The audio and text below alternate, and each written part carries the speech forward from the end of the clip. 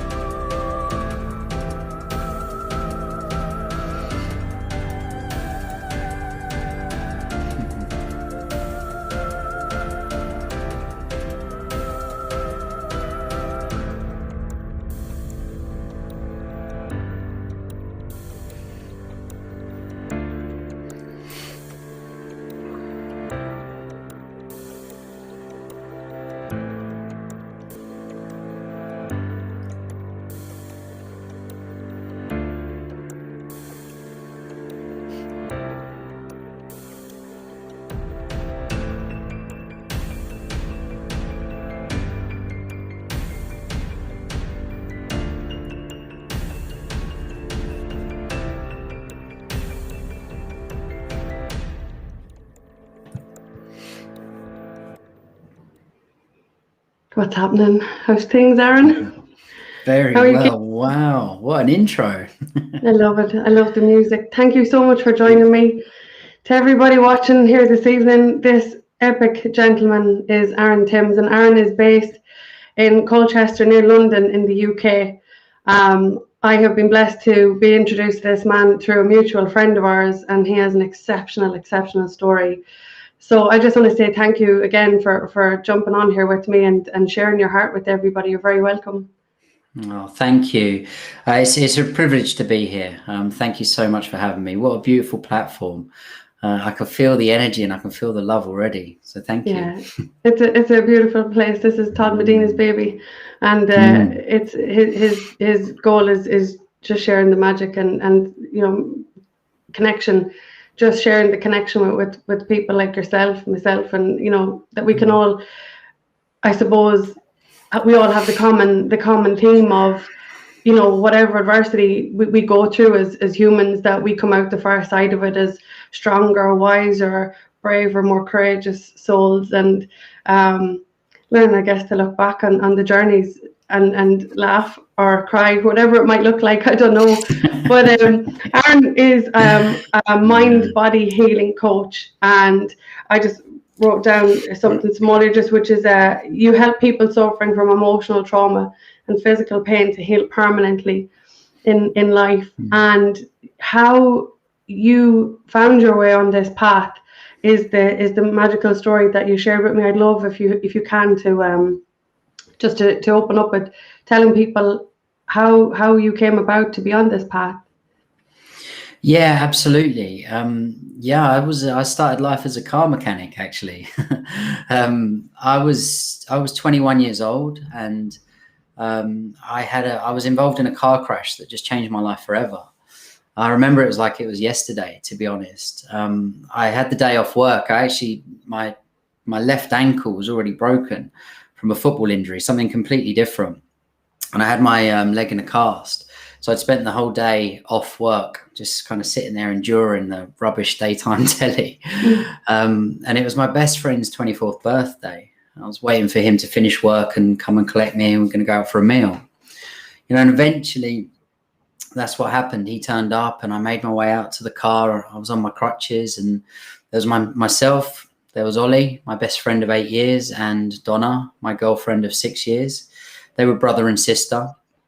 And I went to get in the car, and I couldn't get in because I couldn't kind of climb over into the back. So Ollie got into the back, I got in the front, and off we went, you know, and we went out for a meal, and it was wonderful, very stereotypically English, actually. Nice pub, and there was a cricket ground opposite, and, you know, and as we're sat there, there's a beautiful log fire and big logs, and it's warm and the energy's beautiful, lots of love, lots of laughter, and, you know, just how you'd expect it to be on a birthday, actually. And as we're leaving the restaurant, I'm kind of making my way out through the door, and I've got my crutches, kind of hobbling along, and Ollie shouts out to me, he says, "Aaron, you know, I'll be back in a minute." So, all right, mate. So I guess he went to the toilet, and out I went, and I made my way out to the car with Donna, and she was driving. So she went round to the front, she got in, and I'm stood there by the car, and it's a little Audi A3 3-door. And I'm waiting, and it's kind of getting freezing cold, and it's starting to rain, and I'm stood there like, come on, Ollie, come on. And then in this moment, it was like, the only way I can describe it, it was like time just stood still. And it was like this energetic pull. It was almost like someone grabbing me by the shirt and pulling me in. And I didn't hear a voice, but it was like I could hear a voice and just saying, "Get in the car, Aaron, get in the car." So it's what I did. I opened the door and I pushed the seat forward with my crutch and kind of jammed my crutch in there to make a bit more room. And I was sort of shuffling over to the back. And, you know, I remember pulling my leg in, the one with the cast, and thinking, why am I doing this? You know, and eventually I kind of got in, and Ollie came out, we put our seatbelts on, and off we went. And that's when the crash happened. We're driving down this B road. It's like quite a wide, long stretch of road, and it's making a right-hand turn. And as we come up we're sort of approaching the corner, we come up behind this car, and it starts to sort of slow down and speed up and slow down and starting to act really odd. So Donna just decides to make the overtake. And as we start to overtake, the car speeds up and we speed up, and the car speeds up and we speed up. And by this time we're doing about 70 miles an hour, which is probably, I guess, about 80, 90 kilometers an hour, something like that. And we finally kind of make our way past the car. And as we come back in, the car begins to lose control. And that's when we started to move from side to side. And all I can see out the windscreen is just like trees, road, trees, road, trees, road. And hear the sound of the tires screeching. All of a sudden, we just hit the curb, flipped upside down. It was like, bang. We landed on the roof. And at this point, I had never been amongst death before. I'd never experienced that. But I could feel this kind of cold, dead, still energy. I mean, I was howling and screaming. I was in agony. I mean, it felt like my back, it felt like someone had got a big kitchen knife and kind of pushed it into the base of my spine and twisted it. I mean, I was in agony, but beyond my own screaming and howling, I could just feel and hear this kind of dead silence. And then what felt like probably 4 days, but I now know it was about 40 minutes or so. I can see faces appear and blue lights flashing, and the sound of metal tearing and sparks flying everywhere, and the fire brigade cut me out. And that's when I was pulled out of the car. And I to be honest, I don't remember the journey back to A&E. I must have passed out or something, but I do remember arriving at A&E. And it was like, the only way I can describe it was like I could see myself as a third person. It's really weird. I remember seeing myself on the stretcher, and I could see myself being wheeled into A&E. This big emergency happening, the doctors flying everywhere, and, you know, this big kind of rush. And I was wheeled off and had CT scan and MRI scan and whatever else. And then I just remember I'm laying in the intensive care room. And it's complete silence. It's just me and my dad. And my mum walks in, and I can see by the look on her face, you know, everything's not okay.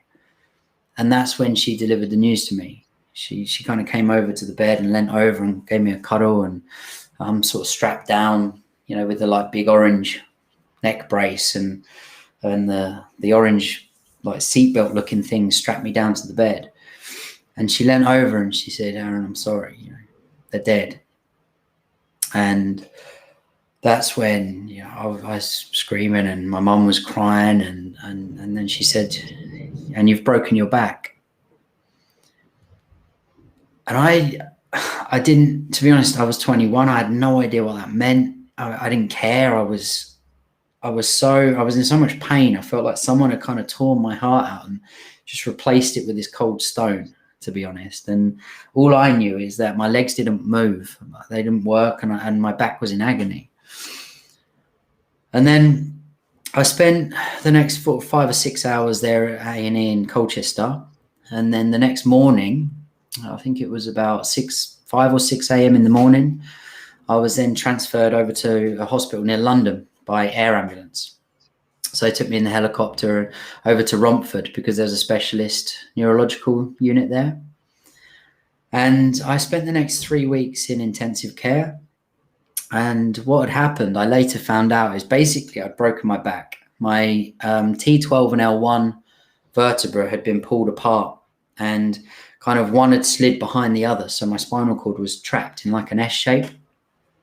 And the reason I spent sort of 3 weeks there before I had the operation to realign my spine is because basically my spinal cord was pinched, and any further damage, and it could have been serious, really serious, could potentially fatal. So I had the operation, and my dad was the only person there to receive the news once the operation was complete. And the spinal surgeon, he called my dad into the office. He said, "Mr. Timms, come and sit down." And he said, "We got good news and we got bad news." He said, "The good news is that even though the operation took, nearly 9 hours, we managed to realign his spine and put it back together without any further damage to the spinal cord. The bad news is the damage to his cord was worse than we originally thought, and he's never going to walk again." And I mean, I don't know how many of you that are watching are parents. I'm a parent now. I've got a daughter of 2 years old, and I'm starting to kind of get an idea of what that must have been like for him. And he went home and he made a decision.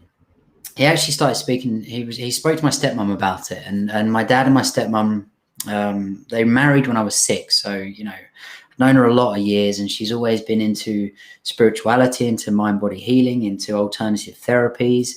And she had a conversation with my dad and basically said, "Look, if Aaron knows the true prognosis, he has no hope, he has no belief. And without that, it's game over." So my dad made a decision to come back to the hospital, and that I wouldn't know the news. I wasn't to know the truth. And he basically stood and he told the consultants and the spinal surgeon, "Aaron can't know the truth. We've got to give him hope."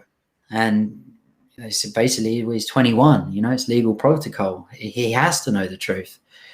And my dad stood in the doorway, literally. He had his arms against the doors in the intensive care room. And he said, "You are not coming in. You are not taking hope and belief away from my son." And I'm getting emotional now because I know if he didn't do that, I probably would still be in the chair.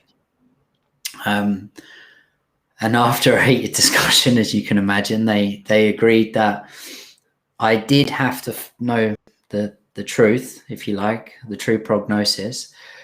But my dad could tell me in his time because of this, how serious the circumstances were. He never did.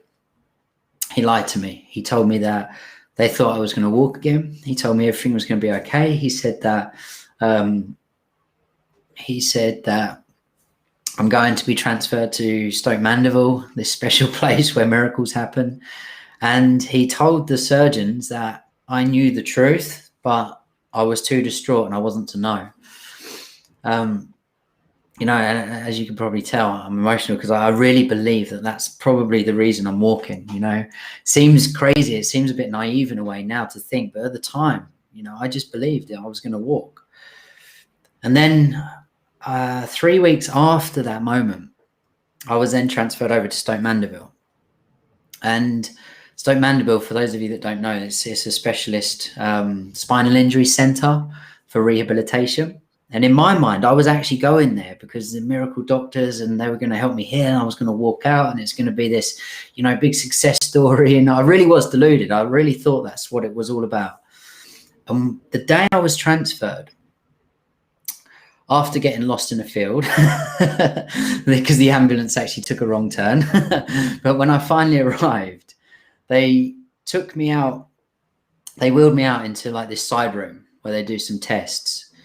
And as I'm laying there, and I was really scared at this point because I felt the energy. It wasn't a good energy. It was quite suppressed. It was quite negative, and I could see the other people in the wheelchairs, and it just didn't look good. And I'm really nervous at this point, and I'm quite scared, to be honest.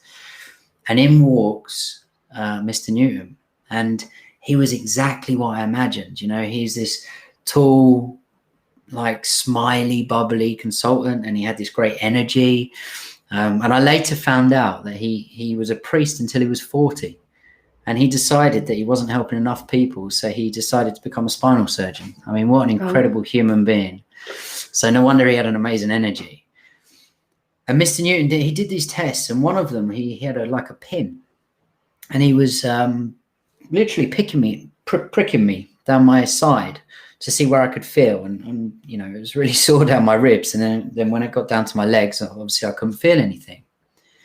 And in that moment, when he was there, I felt safe. I felt like, everything's going to be okay. And as he walked out the room, I mean, the door was open, but it was like he hit this invisible brick wall. He just stopped in his tracks. He turned around and he kind of looked at me. And I was like, he's going to tell me it's all going to be okay. And he said, Aaron, it's all going to be okay. He said, you're going to make a great paraplegic. You've got strong shoulders, strong arms. And that was the moment. It was like, boom, this steam chain in my chest. And that was the moment I realized that actually, this is real. I don't think I'm ever going to walk again. And that was really where my journey started, to be honest, because my stepmom kind of introduced me to the concept that the mind can heal the body. And I thought she was crazy. I really did. To me, this whole concept was so taboo, so strange, so far out from where I was. But, what did I have to lose? And that's where it started. I just started to meditate. I started to visualize all these things I'd never done before. And it was, well, actually, I did this thing where I would wheel myself down to the physio gym every day. I would kind of take myself down in my wheelchair, and they had these exercise bikes. And on these bikes, it was like it's like a sort of a seat with a 45-degree angle, and the electric motor. So what you would do is you would transfer across and then strap your waist in, strap your knees on, strap your ankles on. It was designed for paraplegics. It's designed for circulation, basically. And I'd strap myself in, and I would close my eyes, and I would visualize being on the Tour de France. And I would imagine like cycling, and I would imagine, I had 150 cyclists behind me chasing me, because if I was going to be on it, I was going to win it, right? So I would see the mountains down in the south of France, and I would feel the wind rushing past my face, and I would feel the burn in my legs, and because it was such a fresh injury, I was able to remember what it felt like to have like that burning sensation in your legs, and I would just like really embody it. And the truth is, when I started to do that, I had the intention, I want to heal. My thinking was, if I can send electrical signals from my brain down into my legs, possibly I could get them working again. And the truth is, 3 weeks later, nothing was really happening. And at this point, I was all out on belief. I was like, I just can't see this happening.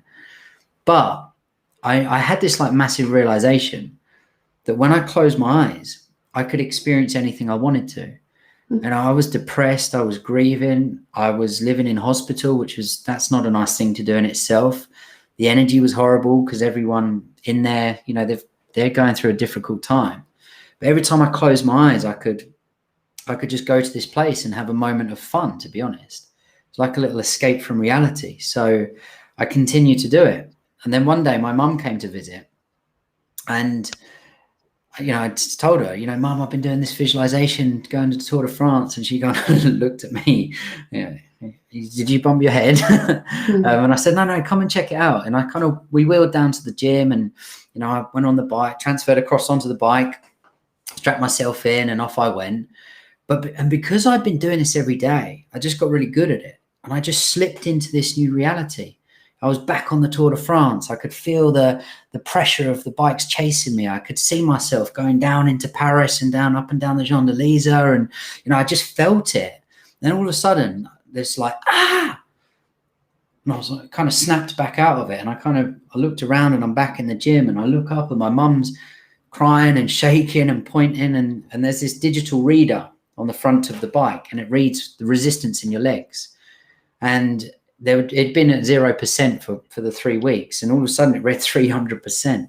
And I looked down, and my legs were moving. I could see my muscles kind of contracting, and that was I just burst out crying, as you can imagine. And that was the moment I knew. And then, you know, it was like, get Mr. Newton, come and see this. And from that moment, that was it. It was like, right, this I don't know how this works, but it works. And 12 weeks later, I walked out of hospital. And that's where it all started. Yeah. 12 weeks later. Yeah. So you went from being told at 21 that you're never going to walk again to 12 weeks later walking out. I didn't actually realize it was that soon.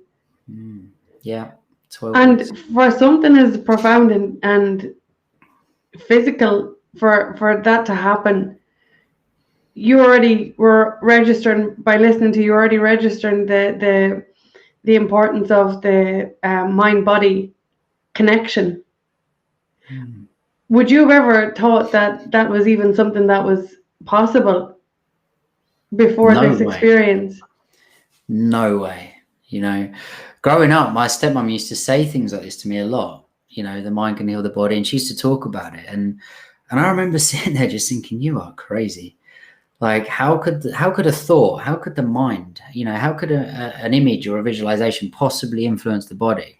There's just no way. To be honest, it was literally desperation. I'd look in the wheelchair in the corner of the room, and I would think about life in a wheelchair, and, you know, would anyone love me again? And all these thoughts that happen, you know, it's not truth, of course, but they're all the things that go through your mind in that. Absolutely. And that was just horrible. And so it's just like, I was willing to do anything.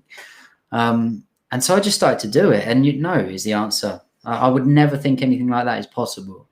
You know, and of course, since that, I've read a lot of books and I've studied it, and now I'm starting to understand the link. It's a bit more obvious to me now, but at the time, no way. And in a state of such grief, the depths of your grief, you're grieving the loss of your girlfriend, your best friend, the loss of your life at 21, the loss of you know, I actually said this in a conversation with somebody today. It's like nearly the loss of what you have planned. Grief comes in many shapes and forms and can immobilize you. And by the sounds of listening to your story there now, it almost acted like a catalyst for your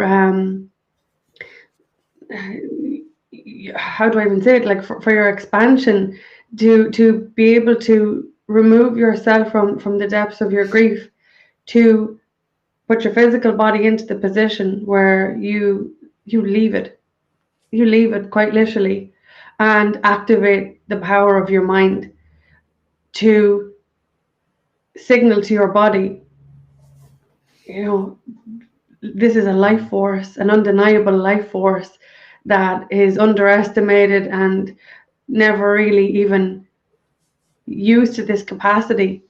And I know that you've taken that and quite literally now run with it. Like it's incredible, because you know now the importance of the mind-body coherence.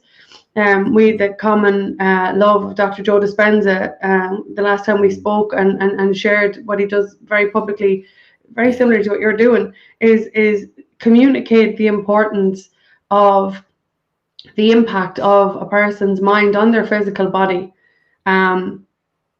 and stress it. I don't think people realize the chaos that their mind can take them to. In your case, obviously, it's an extreme situation. It's a massive you know, a shake up, take down, where your entire existence pivots. And, you know, it's incredible listening to you, because you've done an exceptional job. I mean, and now you're passionate. You've taken, quite literally, was your trauma, turned it into a treasure, and now you're passionate about reiterating the importance of the power of the human mind over our physical body, which in essence houses our experiences, it houses our feels, our emotions, our beliefs, and then how they in turn impact, immobilize, propel, whatever it might look like, us from moving forward in life. How have you relayed the depth of your understanding to people who you know wouldn't really associate the two for whatever reason? Oh, that's a great question, actually. It's been a stage of evolution, really, is the truth. Because when I came out of hospital, I actually was under this illusion, you know, when I can walk again, I can rebuild my life, everything's going to be okay. And the truth was, when I got out of hospital, that was actually probably the more difficult period. Because when I was in hospital, I was kind of taken like this big hand out of the sky, just took me out of life, put me in hospital. And although it was a very horrible and traumatic journey in many ways, it was a blessing in disguise, because I didn't have life distracting me and taking me out. Yeah. So when I got back home, I was under this illusion, you know, it would be okay, I'd be comforting, I'd be able to rebuild my life. But actually, what happened is I realized that I'd lost my identity, who I was. I was no longer the car mechanic. I no longer had an income. I was no longer a boyfriend. I was no longer a best friend. I was no longer the football player. And all of these identities I lost. And that was so difficult, because I just didn't get it at the time. And so for, you know, a number of years, really, I just kind of hid away, and I just didn't do a lot. I mean, I did a lot of work on myself to overcome the depression and the emotional traumas I was having. And I got to a point where I wouldn't say properly happy, but I was okay. But it wasn't until really 2018 that I went to this personal development event, which I didn't realize was a personal development event until I got there. My first ever event. I thought it was something completely different, but that's another story.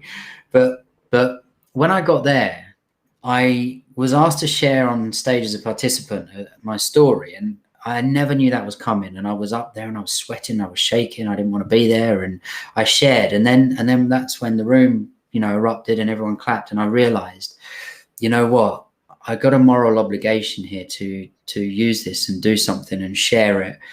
And that was in my heart of hearts when I knew that was the moment that started to really change my course and my direction of life. And since then, I decided to start to work with people. I said, right, step one, just work with people, experiment. So I reached out to some people and said, look, hey, I know that the power of the mind is powerful. I'll be honest, I don't quite know how it works. Would you work with me? Would you try some visualizations with me? Would you try some meditative techniques? And could you fancy just playing with it? So I started to work with people. And what I realized is we had some moments of significance. You know, we were able to harness that intention, that focus force, that energy. We were able to harness it and have moments where, you know, physical symptoms would just dissipate and fall away in minutes. So I started to realize that the mind-body connection was significant, and we can influence the physiology in the body. But then I realized there was some blockages. So I started to, you know, one example, actually, I worked with a lady who had MS. And we were able to, in the meditations and the visualizations, we were able to get her strength in her hands to come back. We were able to get her vision to become more clear. We were able to get the lost sensation in her leg to come back, you know, in minutes. I'm talking like 6, 7, 8 minutes. But then all the physical symptoms would just come back. It was like they would evaporate, and then they would just fall back from the sky and rain all over her again. And it was like, we know it's possible. And then what I realized, we started to explore why. And then what I realized is that she was experiencing these moments of elevation, like love and joy and gratitude. And, you know, she was having these experiences that were leading to change in the body. But then she was going back into her life where she was carrying a lot of anger and resentment. she'd been treated quite badly by some family members, and there's been some things happen where she was carrying this. So the question was, it was like, well, if we can create that physical change in those small windows, well, can we expand that? You know, can we take that elevated state of being from the visualization, and can we take it into life? Can we, you know, make it more of a permanent state of being? And of course, the answer was yes. It took a little while to work it all out. So we started to do the coaching work to do that, and that's when we realized, or I had a big realization with her. You know, the key here is really about, you know, bridging the gap between knowing, doing, and being. Knowing is adopting the philosophy. Knowing is learning new information. It's hearing someone speak. It's reading the book. It's going to the seminar or whatever it is. But then there's the doing, right? So people will take this information and they'll be inspired, and then they'll start to meditate or make lifestyle changes, or, you know, do whatever we do. And that's wonderful. But there's a piece missing, because our state of being, you know, is 24 hours a day, even when we're sleeping. So you meditate for an hour a day. Well, that's great. It's a wonderful start, but it might change your state of being for 1 hour, but there's another 23 hours. So we started to work on how to bridge the gap between the doing and the being. And then the being part led me on a bit of a spiritual journey. I started to explore that, and that's when I started to get really deep and started to go into more spiritual work and more soul work, and get really deep on the energy work. And I've realized, you know, when you incorporate the mind, the body, and you could say the physiology or the emotional self, whichever viewpoint you want to look at it from, and you incorporate you, and by you, I'm referring to you as the spiritual being, the life force, the energizer, the essence. And when you incorporate all of those and you ascend your state of being, magic just happens. And that's, so it's been like a stage and a journey of evolution to kind of get clear on it all. I hope that answers the question. No, you did a phenomenal job there. I'm just getting lost here listening to you as well. It's beautiful to hear your perspective. One of the things I just like to touch back on, which ties into what you've just explained or talked about there, is when we place ourselves in everyday life, which you described, you left the environment of the hospital where you'd no distractions, your focus was very self-healing orientated. It was on your body, it was on this recovery. You step back into the home environment, the environment around you, and life happens. Basically, we have our interactions with other people, and all of a sudden we're pulled out of this heart-based place and back into our heads, and then the environments around us impact us.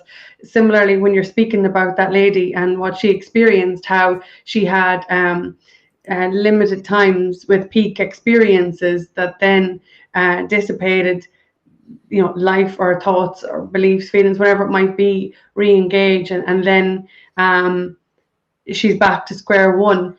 That's a huge thing, I think, that a lot of people battle with in everyday life, where they know they feel it, they feel the discord in their lives, they know that they want things to be different, they don't know where to begin, or if they do begin and they're trying to stay in their own lane, do the best that they can from their vantage point, and then the outside world, just like you said, rains down in whatever way, shape or form that looks like, and all of a sudden you can feel like you're back to square one again. What would you say to anybody who you know is in that space, knows that they want that change, but can't seem to, for whatever reason, keep the momentum going of that action place? Because a lot of people, I'm just going to call a spade, our minds can be they can be assholes, right? And the amount of, again, excuse my language, fuckery that the mind can just come in and tell you you're not worth shit, what you're doing, you know, isn't good enough, who do you think you are? In your case, I mean, exceptional, you will never walk again, and you're deluding yourself, are you kidding yourself? And here you are, you know, quite literally walking the talk, and it's amazing. But for some, you know, for some people who really they just can't they defeat themselves with their own minds. They're, you know, because that's what happens. There's nobody else doing this. It's ourselves, but we don't realize that we are, like you said, you know, God in skin, having these experiences. We forget that. We forget that we're made of star stuff. You know, what would you say to somebody who battles with that? What I would say is this is the key to that is awareness, it's presence. And let me expand on that, because that sounds like a very obvious thing to say. They're words that get thrown out a lot at the moment, and it's important to really go a layer deeper on that, because we have our mind, right? And what happens is we have presence. So if we break this down for a moment, you have your body, which is that physical vessel. You have your mind, which is a protection mechanism, and it's a planning machine. Then you have your emotional self, and you also have you as the spiritual being you are. Now, what I've found with many people, and one of the first things I'll do when I work with someone, is we will go through a process called what I call is clean slating, and what that means is we find out the full definition of what you means, and we'll find out the full definition of what presence means. And then we'll go through a process to clean slate. And what that means is find out any precepts that a person has. Now, what a precept is it's an underlying rule or principle. And a principle is basically an underruling truth that someone has. So a precept is an underlying rule or a principle that stimulates conduct or behavior. And most people don't realize what precepts are. And they're effectively like the roots of a belief system. Now, the problem is we can learn these things conceptually about presence, about being a spiritual being, about the mind being a separate entity to the body, all of these stuff, right? We can learn that from a conceptual and intellectual standpoint. But if we have precepts and we have beliefs that don't coincide that through because that's what we've adopted through our experience of life, all of these things is just simply layering on top of those. So it might give you a moment of presence, or it might give you a moment of awareness, or it might give you a moment of self-awareness, but it's not going to be permanent. But the moment you go in and deconstruct that, what you're really doing is you're pulling away any of the barriers. And then what happens is you become more present. Now, when you become more present, what happens? Because presence is a spiritual ability, right? Presence is the awareness. It is that spiritual being you are. And when you become more present, your awareness grows. So you as a being expand.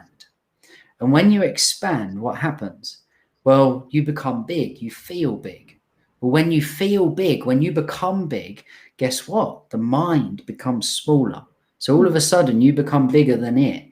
Now, I know from my own experience of life, the moments when I'm stressed, when I get stressed, I do this work, and I really hold on to my value of integrity, but I'm human. We all get stressed. And I know that the moments when I'm stressed is because I'm not present, I'm absent. And when I'm absent, I become smaller than my mind. When I'm present, I expand and I become bigger than my mind. And that's the same for our problems in life. We only face adversity when our problems become bigger than us, and we have to become bigger than them. And to be honest, that's what shock does to us, right? When we have shock or trauma, the shock in the body absorbs our attention, which means we go in, which means we become small.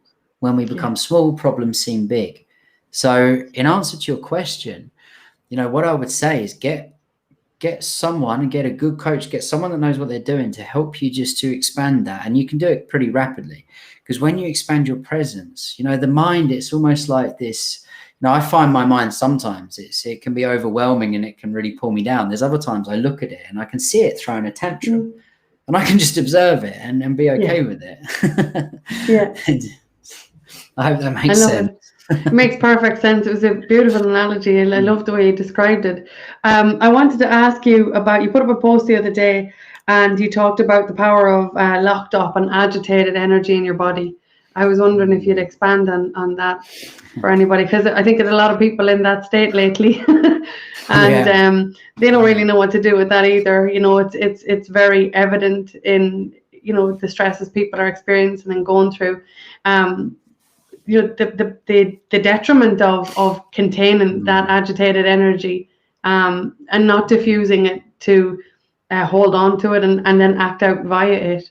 If you could talk to that. Yeah, I'm assuming you're referring to the post I did about mass. Yeah. Yeah, mass. Oh, you put me on the spot. Can I remember the definition? The definition of mass is a unified body of matter with no specific shape, locked up agitated energy caused by the collision of two energy flows, suspended in space around the spiritual being. So that's the definition. Now, if you break that down, well, what does that really mean? Well, a unified body of matter, well, we know matter is physical form with no specific shape. Well, that's obvious, right? It can be any shape. But this is the part I love. And it says locked up agitated energy.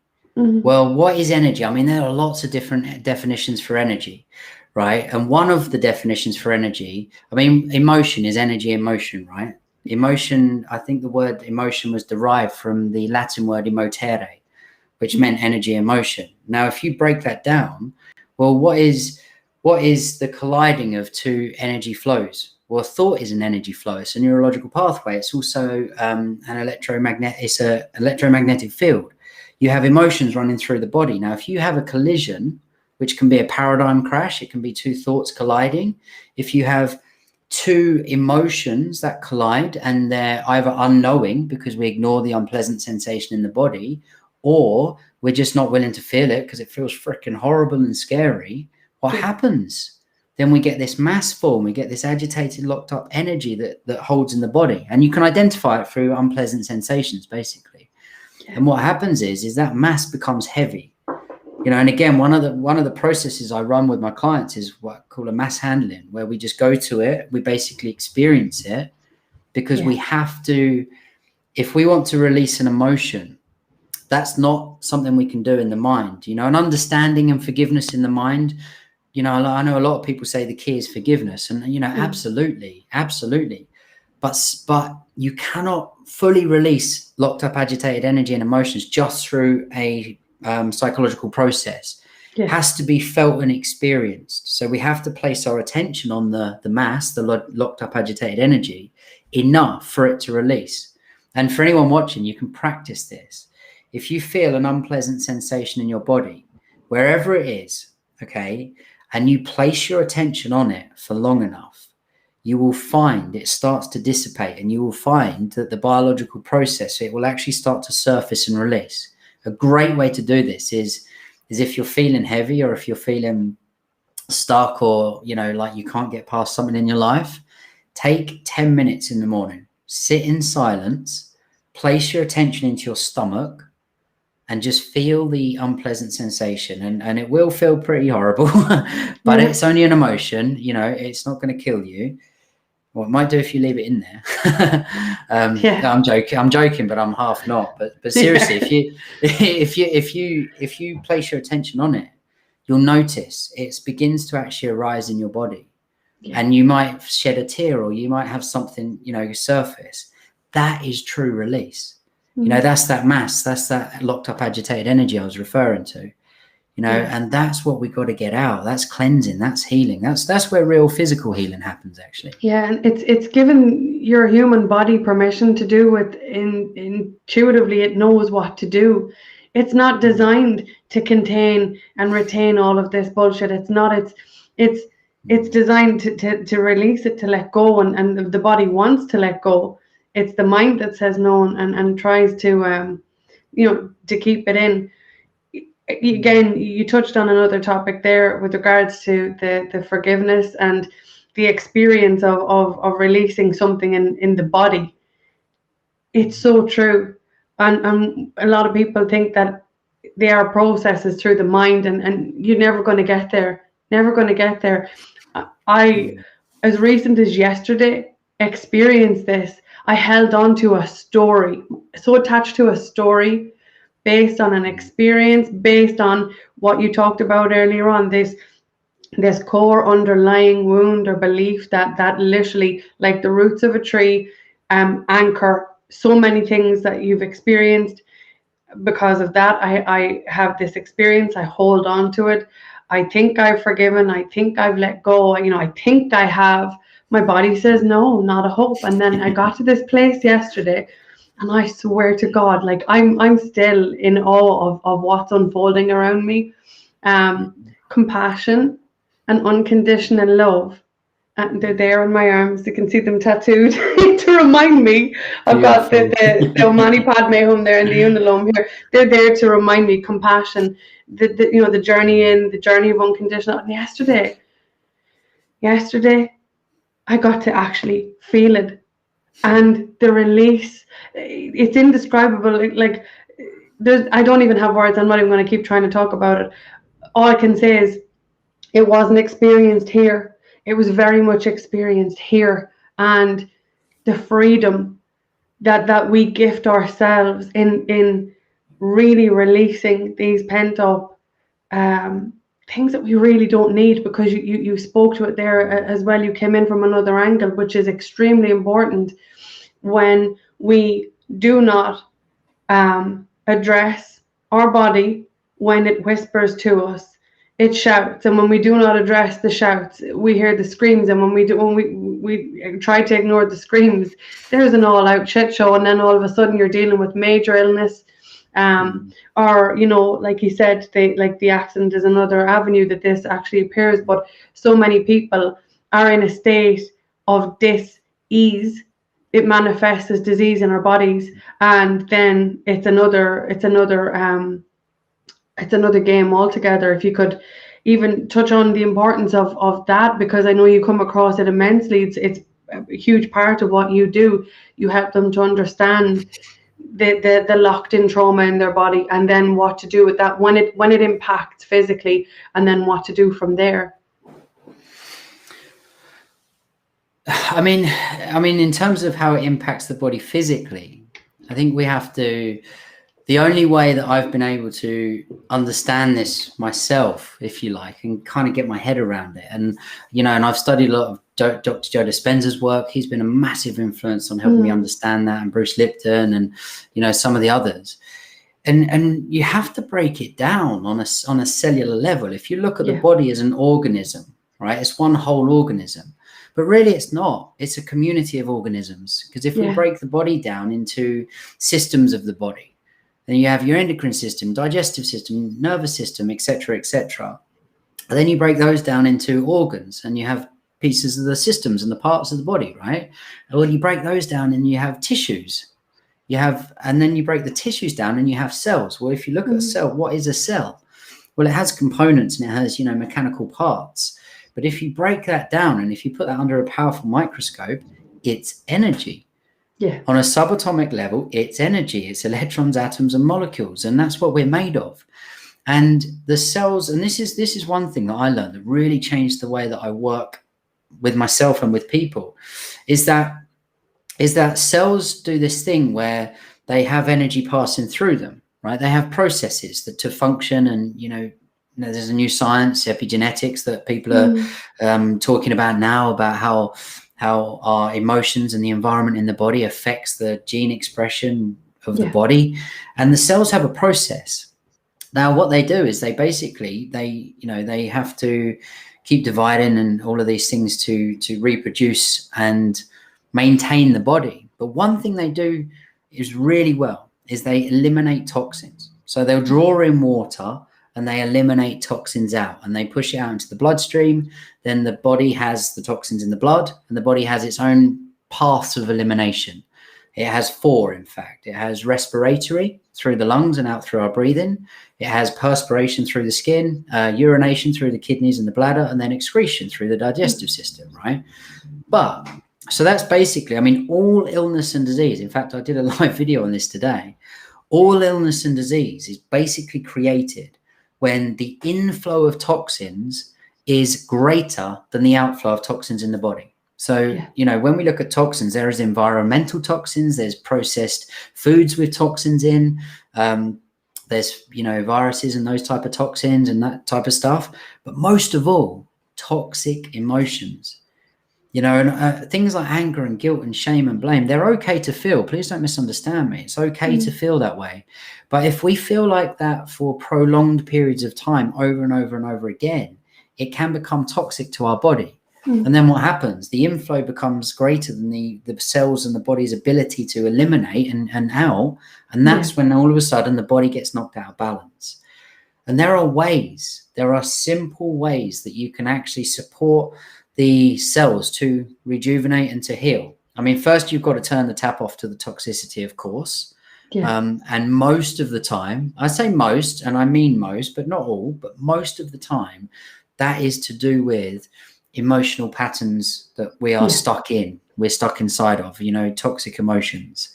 You turn the tap off and then you work out simple ways to support the cells. You can do breathing exercises. Meditation processes are incredible. So, you know, once you understand that principle, all of a sudden you can say, well, hang on a minute. You've just got to allow the flow of energy through the body, you know, and you can look at that from a cellular level. You can look at it as an energetic level, a soul level. You can look at it from more of a biological level. But either way, what we're really saying is we need flow of energy through the body.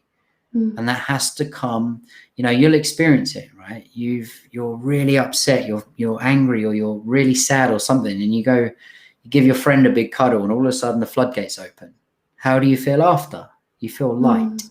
Why do you feel light? That locked up, agitated energy has been released, biological process of release. And then all of a sudden the energy flows restored around the body. And that's ultimately what healing's about. You know, Joe Dispenza says that energy is information. And he's right, because the energy is the information. It's like the order form or the direction form that you put into the cells, and the cells then communicate and they react and do their thing based on the energy and information they're given. So it makes sense then, right? We'll give them the right information. And then up to the person, you know, to honor the body as the receptor of this information, and actively then to do something with it, because it is a personal choice whether or not, like, I mean, you've got all avenues communicating with you, looking for your attention to do something with it, and then it is up to us to make the change, to be the change, and to do you know, the steps, like you said earlier on. It's not enough to know the information. You have to do something with it, and then the embodiment of it, so that you can actually, you know, be the change that you want to see in your world moving forward. Joe Dispenza is a phenomenal man. I shared this with you. I got to spend 2.5 days in Edinburgh at a seminar. Great intentions to do one of the week-long retreats, and then the world went on snooze. They hit the snooze button, didn't they? So it is definitely something that I would love to experience, because I love the way he very simply explains, you know, about how, like, that if our environment is bigger than us, that it's very difficult without that awareness to bring about any type of change in the world at all. So yeah, I love that we had that in common when we spoke. Aaron, I really just want to say thank you so much for coming in here and sharing this wealth of knowledge. It's been absolutely epic to listen to. You're an incredibly awesome man. Can you share where people can find you? Yeah, firstly, I want to say thank you so much for having me. And I've kind of been flicking and seeing lots of comments, and I can see there's clearly some amazing people here. So thank you for having me here. Having me. This is what Aaron is the new Joe Dispenza. He's our UK version. If I had £1 for every time someone has said that, that's the biggest compliment I could ever take. I love it, but you know, you're literally living. You are the living embodiment of what he goes up on a stage and he talks about is possible. You are like it in skin, and you know, if these guys, you know, really should find you and share this story with the world, because it's exceptional. I know his meditations are so powerful. The descriptions of what you're after sharing, you know, how you've personally utilized them.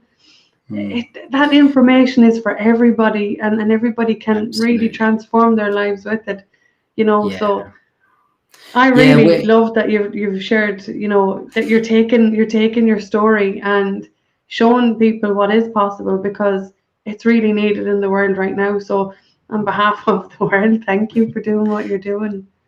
You're welcome. Can't be easy. You're welcome. Yeah.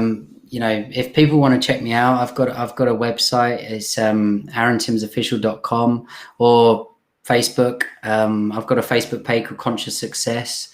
You know, I'm now in the process of, because I just believe so much in human potential, and I believe that, you know, we together we have so much more potential. You know, so one of the missions my wife and I are on now is to bring people together, and we've started Conscious Success, which we're going to grow into a training and coaching academy for mind body healing, and that's what we want to do. You know, we want to bring people together, we want to do events, and you know, because when people come together, that human potential just expands. You know, and what I said earlier, you know, when you get present and your beingness expands. Well, if your beingness expands and my beingness expands and another person's beingness expands and we all expand together, I mean, just imagine what that can create. Yeah, I love it. I love the idea. Even talking about it and listening to it, you can feel it. You can feel it. It is contagious. That sounds epic. Well, listen, thank you again, and thanks to everybody watching, and for all the engagement with the comments. We really appreciate them. We'll take a peek back when we're done. Until next time, thank you so much, and thanks for everyone watching.